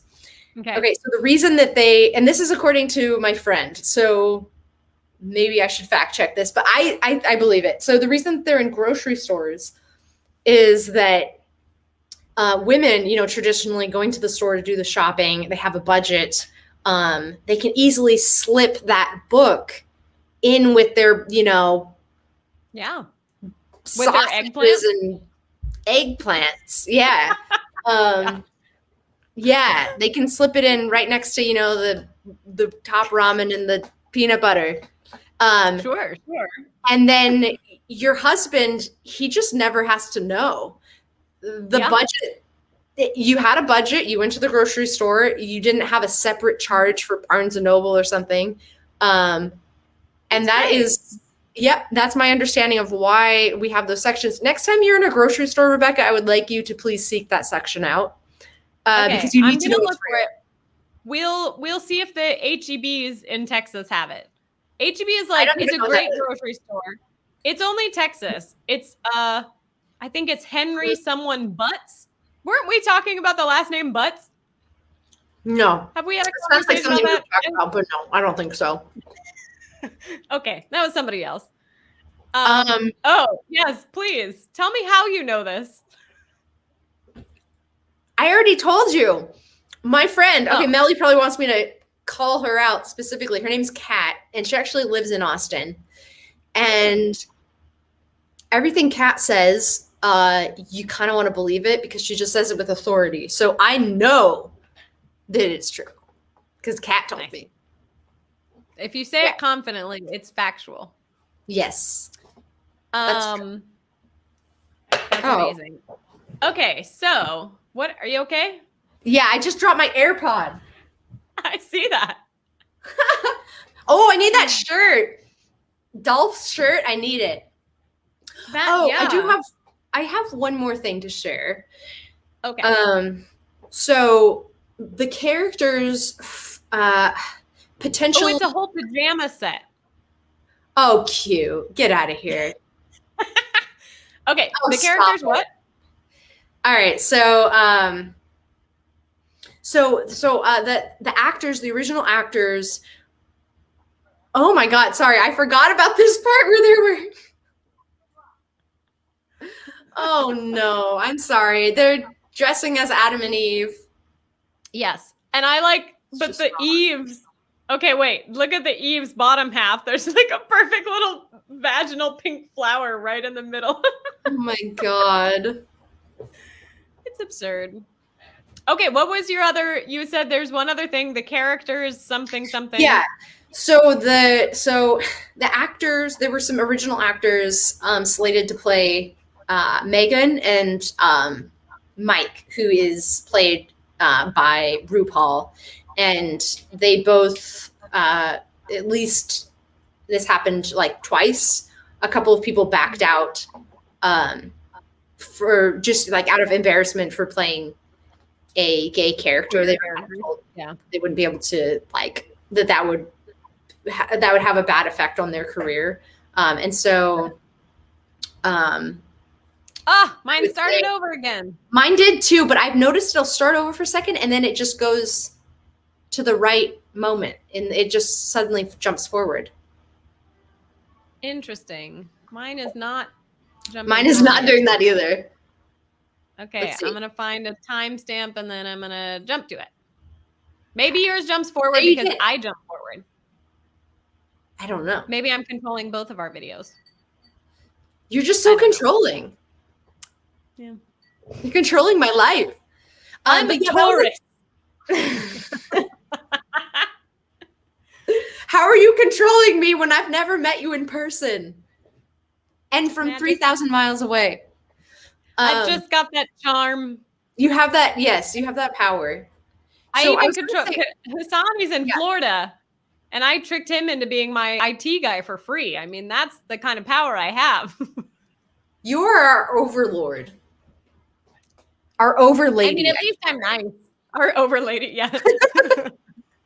I was gonna say that was like pretty common back then, where like people who actually went through and played a gay character, you kind of have to like, they are kind of OGs, you know, like you kind of have to respect them because they were taking a real risk with their career, you know, playing someone who's gay. Oh my God.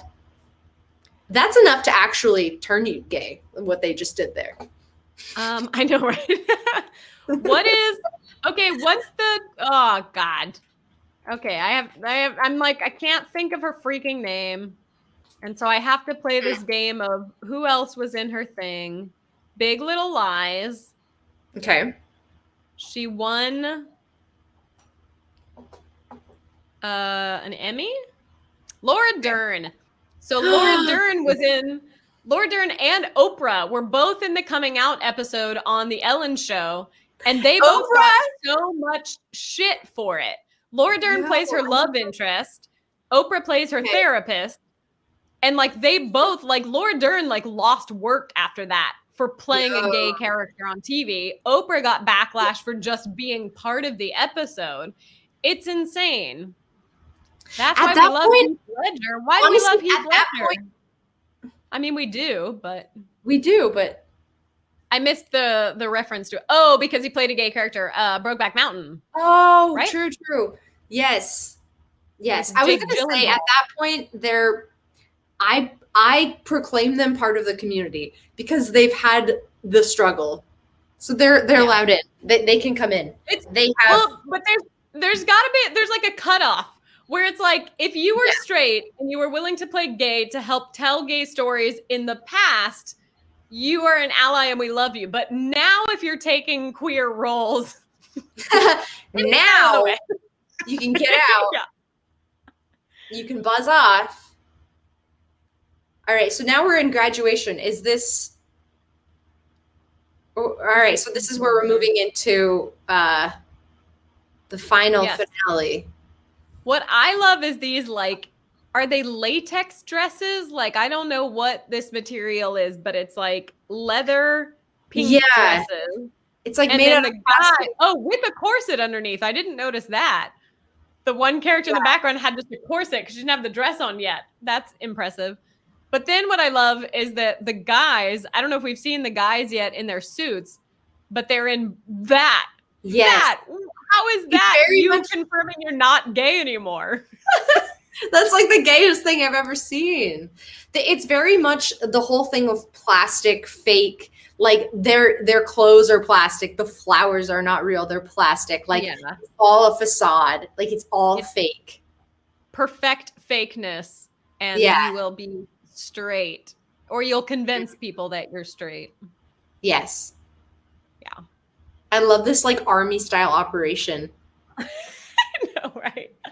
Like, you know that they can see you. Camouflage does not make you invisible. It makes you blend into trees. And when you run somewhere where there's no trees, they just see you just zooming by. You're just someone running by. Yeah.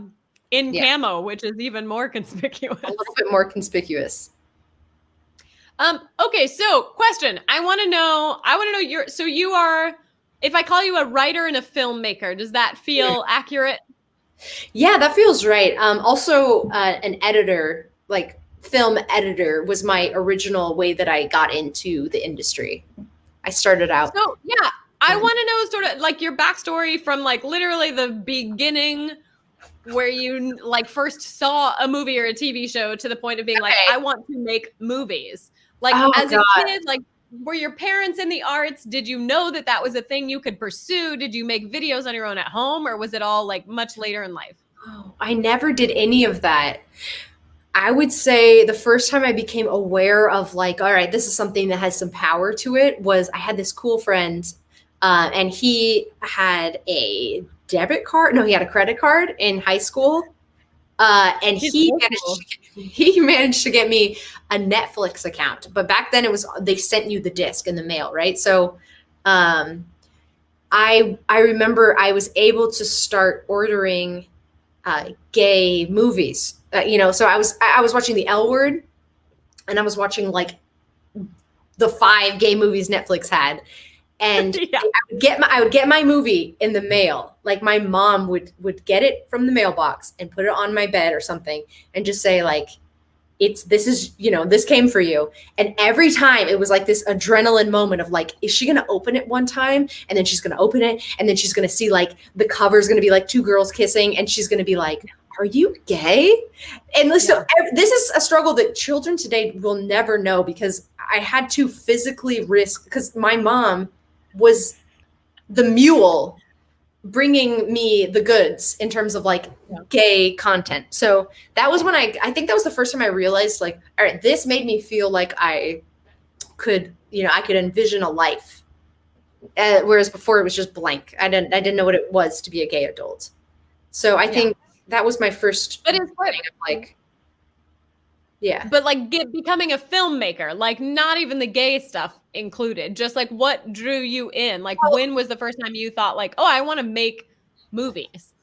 Well, it's related because it was like that was the that gave me the idea of like, this is something that's worth doing. Like this is something that helped me that could also be something that could be of service to someone else and also just be fun. Also, this is the big climax moment. we got slow-mo footage. Okay, I was never a cheerleader, but I was a drum major, so I was like conducting the marching band, and you had to like shout commands out to the band, and so you learned to yell like a cheerleader. And so to me, like this is one of the only things in the movie where I'm like, no, that is not how you cheer. You don't. It's unreal. You're like, like from the gut. It's so like she's just so like passive. She's just like 1, 2, 3. I do, as a side note, I really love her voice. I think her voice is really cute. Like she just has like kind of a husky, like Yeah. I love the raspiness that it's taken on as she gets older. She just had like she has a sexy voice. Like it's just a voice that I'm like, okay, yep, that's great. That's a hot voice. We could. Okay, so what did you study in school? I studied English, and then I kind of just circuitously found my way into film. It actually started with me getting laid off from like a shitty job and taking my unemployment money and deciding, all right, I'm going to start something new, and just kind of teaching myself filmmaking, because you can do that. I mean, obviously you can't do that in like a month, but I began the process. Like I subscribed to like some learning, like I learned some, I was able to, sorry, I'm getting distracted by them making out. I know, it's like, oh, it's the happy ending. Yeah. And it's what Babbitt said, which is like, she's still femme, like recognizing that she was gay did nothing to her sexuality or did nothing to her gender expression. Like she's still like a femme, like she did like cheerleader stuff to win her girl. Like, yeah. God, like Jamie you're the Babbitt was person. You just happen to be gay. Yes, exactly. So yeah, I would just say that wait, hang on. But I also love this. I didn't remember this. Like when I just watched this, I didn't remember from a long time ago. Too. But it's the dad, and then the mom is like, and it's like, oh, that's funny because she really did have like switched gender roles presented in her life, where her mother was like the stern and her dad was the more emotional, sensitive one. Whereas like that's what Mary would have been like, oh, your gender roles were when she said that, like it was like, oh, your father was unemployed and your mother had to support the family for a little while. That's a great name for a podcast. I just happen to be gay. Look, we've already come up with a romance novel. We came up with a new podcast. I'm covering my face up, but it's okay. There we go. Yeah, that's funny. Okay, so it's been a valuable workshopping session. Yeah, we got all kinds of Yeah. juicy information and content to make out of this. Mhm. Okay, so what did you just start teaching yourself how to edit? Yeah, so I got this unemployment money, and so I just subscribed to LinkedIn Learning, and I started to learn. I just started to learn how to edit. I literally just bought a subscription to Adobe and started to learn. And then That's I awesome. did some little coffees with different people, and I ended up meeting a video journalist who referred me to a job at a think tank. It was in DC. And so I started doing video production at a think tank. And from there, I met a cool friend just randomly, like in the middle of the night on the street corner during Pride weekend. Met this random friend. We're still friends. And she helped me get a job at a production company. And then from there, I kind of just it was just rolling, you know, but it was very much just like bing bong. How did I get here? Before I knew it, now I'm Bing bong. bing bong ding dong. I met a girl in the middle of the night on a street corner. The next time I saw her, she got run over by a car in front of me. She was okay, but it really bonded. I think that's why our friendship like is so like we really like went through something. She legit got hit by a car. Like Yeah. Melly was there. She remembers, but like she was okay. She just it was still very, you know, jarring to watch somebody. Yeah. Ugh, So that's wild. yeah, so that was my friend Lucy, who I think you should meet sometime. You have to meet Okay. Lucy. I hope she doesn't get run you over don't- by a car when we meet. We'll meet on Zoom, so that won't be a possibility. How's that? Okay, good. Like, please stay inside.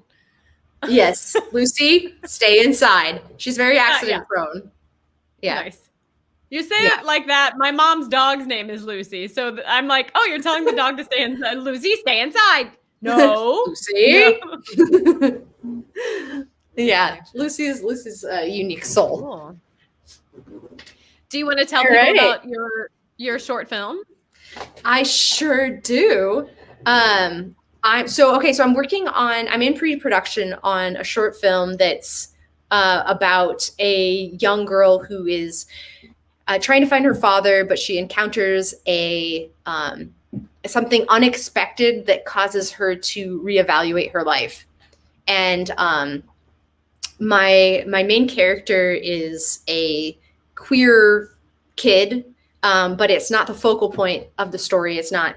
This is something Rebecca and I were talking about a lot, which is just like the idea of diversifying stories. So it's not just like torture porn, like, ooh, let's watch this gay person get tortured by their gayness. Instead, it's like, this is a gay kid, and here's a story that is not really directly related to their gayness.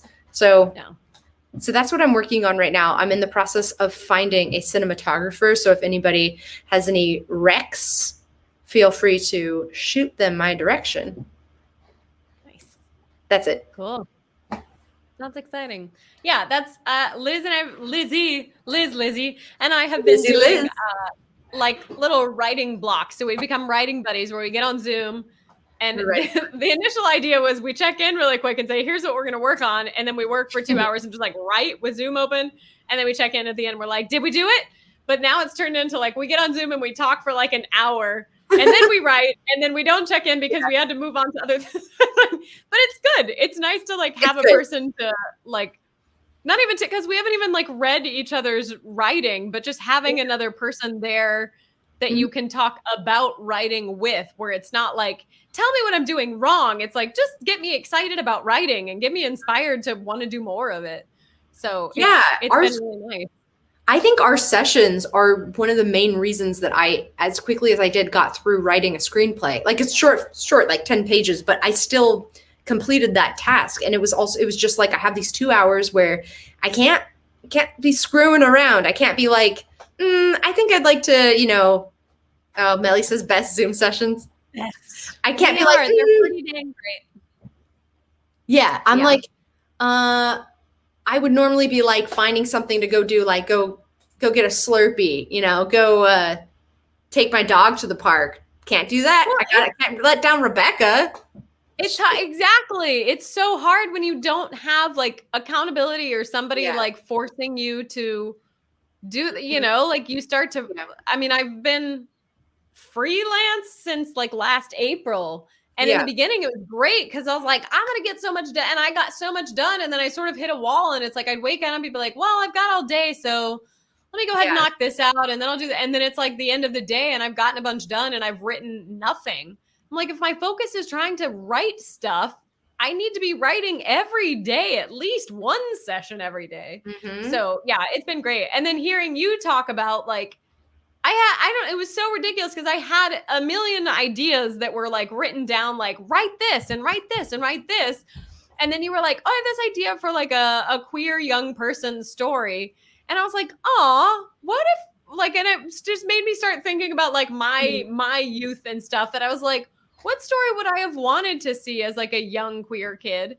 And so now I have this like short film that's set in a bowling alley and it's like this great world that it's an actual place. It's the Fisher Bowling Alley and it's 9-pin bowling, which is like old school traditional German bowling. Like there's very few 9-pin alleys left in the country, but they don't have machines in the back that set the pins and send the ball back and stuff. So it's like you literally just find whatever kid in the neighborhood can come and do that for you. And then you pay them whatever you want. And like, that was my first job.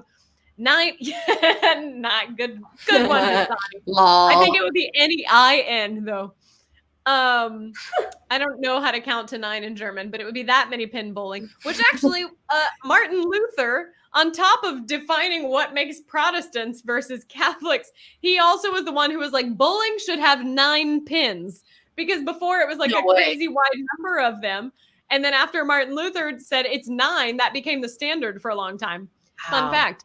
But anyway, it was like such a unique, specific world that I don't think 99% of people even realize is like a thing that it's like, oh, there's a job that you have to set up pins and like, and so I was like, that's fun. So then I just wrote this cute little like rom-com of a story that was about like a queer girl working where again, like you were talking about, like the queerness is not the plot. It's not a coming out story. It's a coming of age story for a kid who happens to be gay, but it's not, you know, like, it's not like, oh God, should I hate myself because I'm gay? It's just like, oh God, do I like a person? And how do I say that I like them? This is terrifying. It's like, no, that's, you know, I think sometimes if we can tell that story enough, we can teach the world that that's how it is. And then, you know, I think a lot of like homophobia comes out of, I don't want my kid to be gay because I don't want them to have to deal with those struggles. And I want them to be able to get married and have kids. And it's like, they can. The only thing that's holding them back is that other people still think that being gay will hold you back. If you just stop believing that, then it won't be true anymore. Like we can all move on with our lives. It'll be lovely. So, let's just move on. That's so like, that's so old school, dude. Let's get into the 21st century, dude. Yep. Yeah. That's the goal. So that's what we're trying to do. Yeah, I like that. I love that. I'm looking forward to seeing your short film. Hi, yeah, that's the trick. So I got feedback for the first time yesterday. That was very exciting. My friend Sarah Deakins, she's a member of the Firecracker department. That's where we met. She gave me feedback, and it was great, and it was exactly what I expected, which is like I don't know how to heighten the stakes. Like I love the characters so much that I just want them to have all the good things, but then that doesn't create conflict or tension or stakes. And so it's like, well, that's not a film. That it just doesn't work. So yeah, so I did a bunch of revisions and then I did some revisions today that I feel pretty good about, and I sent it off to 4 people. And I got feedback from one person already who is primarily like a camera person. So they gave me feedback like, hey, this is, so there's like, I was very happy that you didn't put like camera direction, like camera slowly zooms into this, because that's not the writer's job. That's the cinematographer's job. I learned that too. So like, points. But then talked about like, this is also your pitch to your wardrobe department, to your set design, to your camera operator. So it's like being able to fill in little nuggets. And I was actually recommended the script Juno, which you just said you read recently. And we're like, so I was like, okay, I got to read that. Because it apparently has lots of little nuggets of like down to like the hamburger telephone and stuff. So like, oh, okay, good. I would recommend it. That was a good read for anyone trying to write a screenplay. Yeah. Especially the kind of your vibe that you're looking for. Yes. Yeah.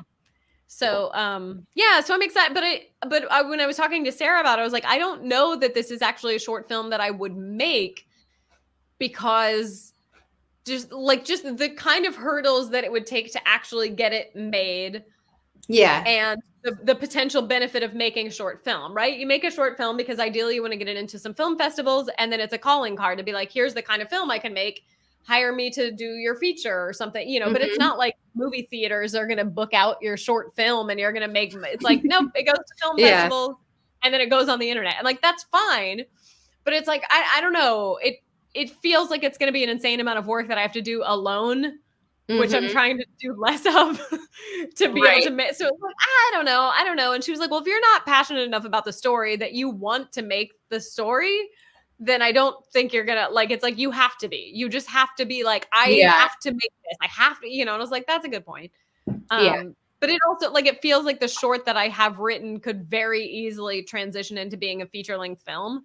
So now I'm like, oh, son of a bitch. Like, I just wanted to write a short film and then do something with that script. That's all. I don't know. We'll see. But we'll see. Yeah, it's exciting. We'll see. It's what comes out of this fruitful time. Yes. We're like also desert-like. Right. We're like little Shakespeares in a time of a pandemic. We are going to be writing. I can't even think of one play by Shakespeare right now. A Midsummer's Night's Dream. I know he wrote some of his best work in quarantine during the Black Plague. Yeah, that's something that was going around at the beginning. Yeah. So that's us. Just that's what we're envisioning. Great. We're gonna write works that in the future people will not be able to remember the names of. That's all I want. Is that too much? I don't know. Is that too much? As long as they remember our names, that's all that matters, really. Isn't that a writer's goal? Not that their stories are remembered, but like, wait a minute. They just want the clout. They're clout chasers. Yeah. Taming of the Shrew. Yes, Hassani. Well done. Romeo and Juliet, dare I say, which I watched the 90s movie Romeo and Juliet again recently, and it holds up. Oh, okay. So you're not referencing like a remake of it. You're saying like it was. I was thinking I was thinking of one of those movies that's like based on a Shakespeare, but then it's made into like current contemporary. Like there's a movie called O that was based on Othello, and then there was 10 Things I Hate About You, which is based on Taming of the Shrew, I think. Taming of the Shrew, yeah. So you're talking about it was actually the play performed in. Yeah, you're not familiar with it? It's Leonardo DiCaprio and Claire Danes play Romeo and Juliet. It is so good. But also I kind of laughed because you were like, oh, not the original. And I was like, well, William Shakespeare did not write it as a film. Surprising, I know. I don't know why he never got into screenwriting, but he just seriously. People just leave things on the table so much. Yeah. Yeah, no, it's the play. It is like almost maybe even exactly verbatim word for word. And they may have tweaked some things, but it's set in modern times. And so instead of the police chief does a lot of the speaking instead of, I don't remember what that role is called, but like it would have been whatever the old equivalent of a police chief was. Yes, Hassani, you did a great job calling out Taming of the Shrew to have a roundabout connection to Heath Ledger, who was fabulous in 10 Things I Hate About You. Oh, yeah. I don't know that part of the conversation actually ended, or if I just forgot where it was going. And I was like, sounds like a great thing. That's sometimes you don't know, and that's fine. Yeah. Let's just lean into it. We're getting further into our 30s. Let's just lean into the whatever we can't remember, it doesn't matter. Go away, and you're like, bye. It was lovely being with you while we were together.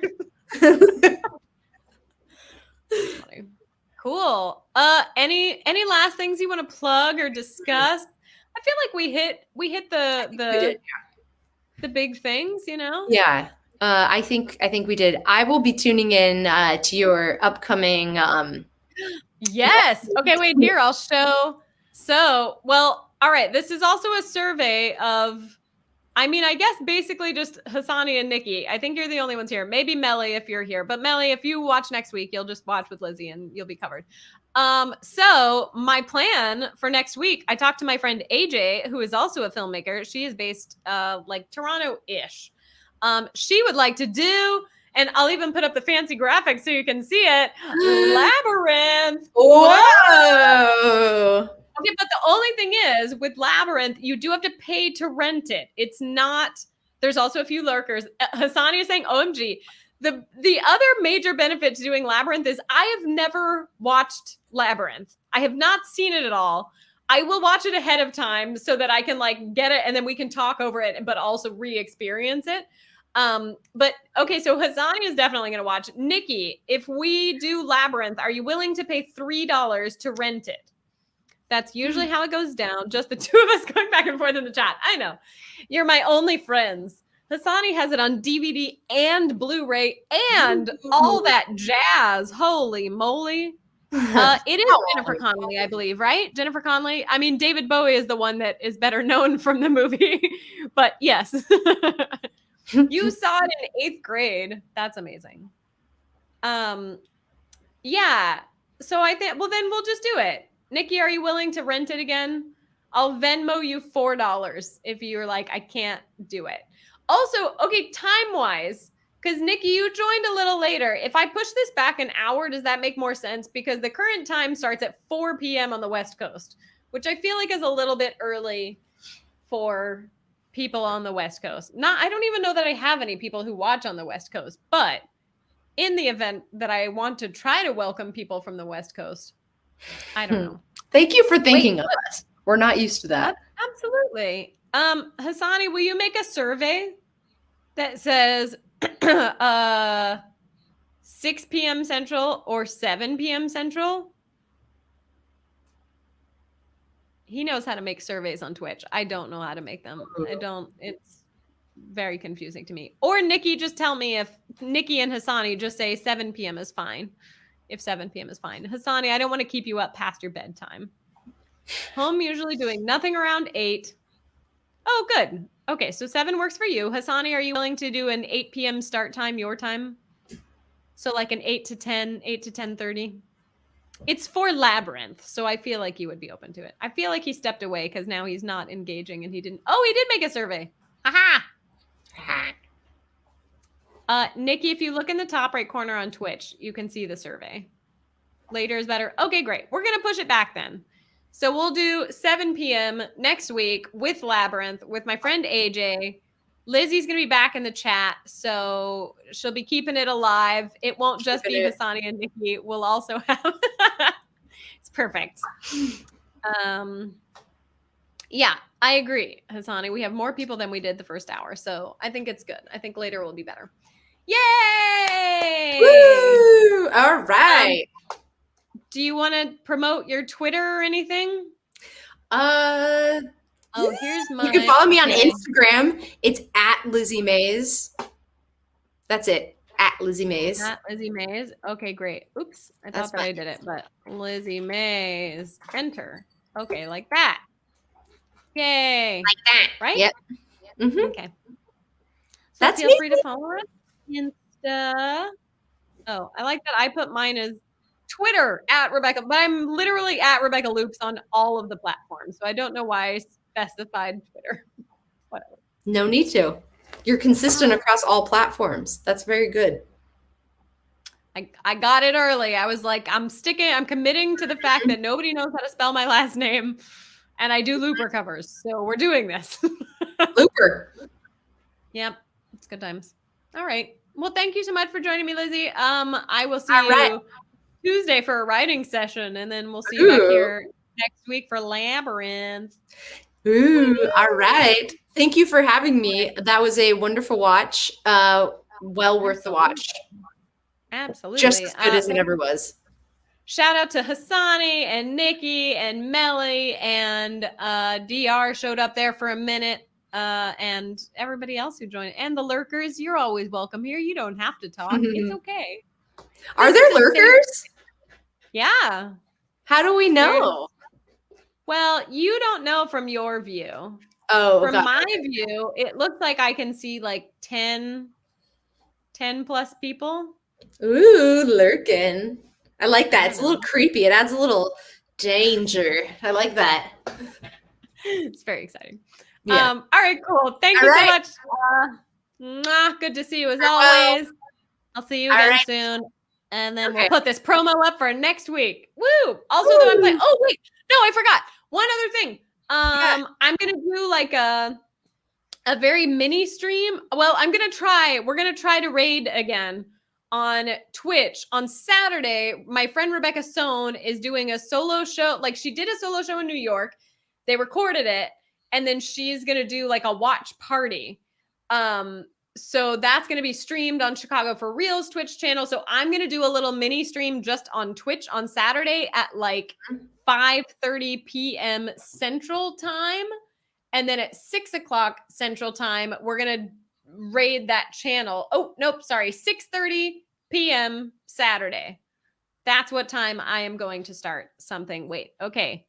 Hold on. 6:30 p.m. on Twitch, Saturday. I'm doing this all out of order because then I wanted to put Central last after the day. That doesn't make any sense. Yeah, so 6:30.